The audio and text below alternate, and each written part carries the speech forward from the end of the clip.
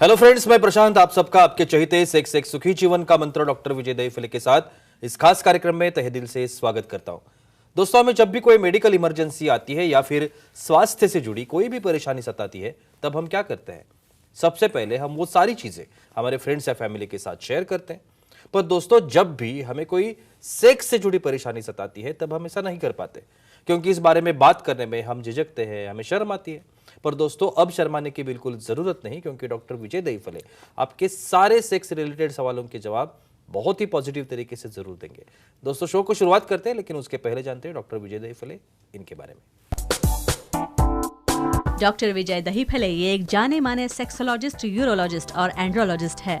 Doctor Dahiphale जी के clinic Aurangabad, Hyderabad, Delhi में द्वारका, पुणे तथा नवी मुंबई में नेरुल, दादर, अंधेरी, कल्याण, नासिक, अहमदाबाद और दुबई में भी है। डॉक्टर विजय दहीफले जी का भारत तथा अन्य देशों में कॉन्फ्रेंसेस और सेमिनार के लिए हमेशा आना जाना रहता है, जिसमें वे सेक्स संबंधी सभी समस्याओं पर सलाह एवं मार्गदर्शन करते हैं। तो चलिए शो को शुरुआत करते हैं। डॉक्टर साहब हमारे साथ है। Sir, welcome to the show. नमस्ते। आप सभी जानते हैं कि इन छोटे छोटे वीडियोस के माध्यम से हम वो इन्फॉर्मेशन आप तक पहुंचाना चाहते हैं जो इन्फॉर्मेशन साइंटिफिक इन्फॉर्मेशन है, और वो हमारे इस निजी जीवन के लिए बहुत इंपॉर्टेंट है। आज का जो टॉपिक हमने लिया है, सेक्सुअल डिस्फंक्शन और साइंटिफिक बेनिफिट्स ऑफ किसिंग। बहुत ही इंटरेस्टिंग सब्जेक्ट है। चलो शुरुआत करते हैं। सर, जैसे मैंने अभी बताया कि scientific benefits of kissing, so kissing से हार्मोन्स जो हमारे हैं, ये हार्मोन्स के ऊपर क्या असर होता है? डेफिनेटली जी। प्रशांत जी, यहाँ पे जो सीरीज चल रही है सेक्स एजुकेशन, सेक्सुअल अवेयरनेस और सेक्सुअल सेफ्टी, इसके अंतर्गत हम पूरी साइंटिफिक इंफॉर्मेशन ले रहे हैं। सेक्सुअल डिस्फंक्शन क्या है, male sexual dysfunction, female sexual dysfunction, और सीमेन क्या रहता है, सीमेन का एडवांटेज, सेक्स का एडवांटेज, और आज देख रहे हैं इंपॉर्टेंट टॉपिक किसिंग। किसिंग का क्या एडवांटेज होता है? आपको लगता है भाई जैसे ऐसे ही स्मूचिंग किया किसिंग किया निकले, ऐसा नहीं रहता है। हर एक के प्रति अपना प्रेम दिखाने के लिए पहली एक्शन जो रहती है पार्टनर के साथ, वो किसिंग के साथ रहती है। लिपसिंग है, किसिंग है, लेकिन क्या बदल होता है इससे? क्यों दिया होगा ये किसिंग? तो बॉडी के अंदर जो मेल हार्मोन्स है टेस्टोस्टेरोन, और फीमेल हार्मोन्स है ईस्ट्रोजन और प्रोजेस्टेरोन, और बाकी न्यूरोट्रांसमीटर, सिंपल टच करने से या किसिंग करने से वहाँ पे नर्व फाइबर एक्टिवेट होते हैं और ये एंडोर्फिन्स तैयार होते हैं। और ये सबसे बड़ा बेनिफिट रहता है किसिंग का, और उसके आगे आगे क्या होता है देखेंगे। और हर एक शरीर की एक हीलिंग एबिलिटी होती है, राइट। तो किसिंग का इस एबिलिटी पर भी असर होता है, ऐसा कहा जाता है। डेफिनेटली, ये सच है क्या? Very nice. यहाँ पे दो प्रकार की हीलिंग एबिलिटी है। भाई एक तो अपने रिलेशन का हीलिंग, और दूसरा अपने बॉडी में कुछ जो एंटीऑक्सीडेंट तैयार होने से जो इम्यूनिटी बढ़ती है उसका हीलिंग। किसिंग करने से इम्यूनिटी बढ़ती है, आईजीजी है, आईजीए है, आईजीएम है, ऐसे एंटीबॉडीज तैयार होते रहते हैं। डोपामिन, इफिनेफ्रिन जैसे हार्मोन तैयार होते रहते हैं। इससे क्या हो रहा है? दोनों पार्टनर के बीच बॉन्डिंग अच्छी हो रही है, उनके रिलेशन में अच्छा हीलिंग हो रहा है। और डेफिनेटली सिंपल किस आपको लगता होगा, लेकिन न्यूरो स्टिमुलेशन से आपका क्लोजनेस और डेफिनेटली आपकी हीलिंग में बहुत फायदेमंद रहता है। बिल्कुल सर, हमारे कुछ ऑडियंस भी हमारे साथ है। Surely, परमवीर जी है नोएडा से, दिल्ली से, उनका सवाल है। परमवीर जी पूछिए, क्या सवाल है आपका? हेलो सर, बोलिए। बोलो। किसिंग करने से एड्स होता है क्या? एड्स होता है कि ये बहुत डर लगता है ना हर एक को। जी। भाई पार्टनर नया है, सामने आ गए, कंट्रोल नहीं होता है, चालू हो जाता है किसिंग। फ्रेंड्स, एक चीज़ ध्यान में रखो, समझो बॉडी को टच करने से, शेक हैंड करने से, वहाँ पे एटलीस्ट समझो किसका ग्लास या कोई शेयर किया उसके कॉमन प्लेट में वगैरह, या ऐसा किसिंग करने से एड्स नहीं होता है। लेकिन कुछ लिमिटेशन आपको बोलता हूँ। समझो ये अपना कोल्ड सीजन चल रहा है और आपके वहाँ पे क्रैक्स है लिप्स के ऊपर, पार्टनर को भी लिप्स के ऊपर क्रैक्स है। क्या होता है? ब्लड के थ्रू, निडल के थ्रू, ब्लड ट्रांसमिशन के थ्रू और अनप्रोटेक्टेड सेक्स करने की वजह से जब ये वायरसेस ट्रांसफ़र होते हैं एक दूसरे में, तो रेयर केसेस में यहाँ पे देखना है भाई आपकी लिप्स इंटैक्ट है, पार्टनर की लिप्स इंटैक्ट है, उसके मुंह में या गम्स में कोई इन्फेक्शन नहीं है, तो आप सेफ हो। नहीं तो सबसे इम्पॉर्टेंट डेंटल डैम और एक्ट करते वक्त कंडोम यूज़ करना बहुत ज़रूरी है एड्स टालने के लिए। बिल्कुल सर, शरीर का हर एक शरीर का Sure. एक अल्टरनेट अलर्टनेस होता Definitely, है। alertness. सो एक अलर्टनेस के लिए भी Yeah. ये किसिंग इम्पोर्टेंट है, डेफिनेटली ये ऐसा कहा जाता है। Yeah. तो इसके बारे में भी बताइए। अभी मैकेनिज्म होती है, यानी मैकेनिज्म साइंस से बिहाइंड देखना है भाई। जब दोनों लिप्स साथ में आते हैं, आप क्लोज आते हो, तो क्या क्या बदल होते हैं? हार्ट रेट बढ़ता है, ब्लड फ्लो बढ़ जाता है, और हार्ट रेट ब्लड फ्लो बढ़ गया कि अवेयरनेस, अलर्टनेस, यानी आप दोनों पार्टनर दोनों साथ में आने के बाद जब आपका स्मूचिंग या किसिंग चालू होता है, बॉडी में endorphins, epinephrine, nor epinephrine, excitation, और वहाँ पे ब्लड फ्लो बढ़ने की वजह से डेफिनेटली आपकी बॉडी अलर्ट हो जाती है, एक्साइट हो जाती है, और बाद में फिर इन्वॉल्वमेंट होके आगे आगे क्या होता है देखिए।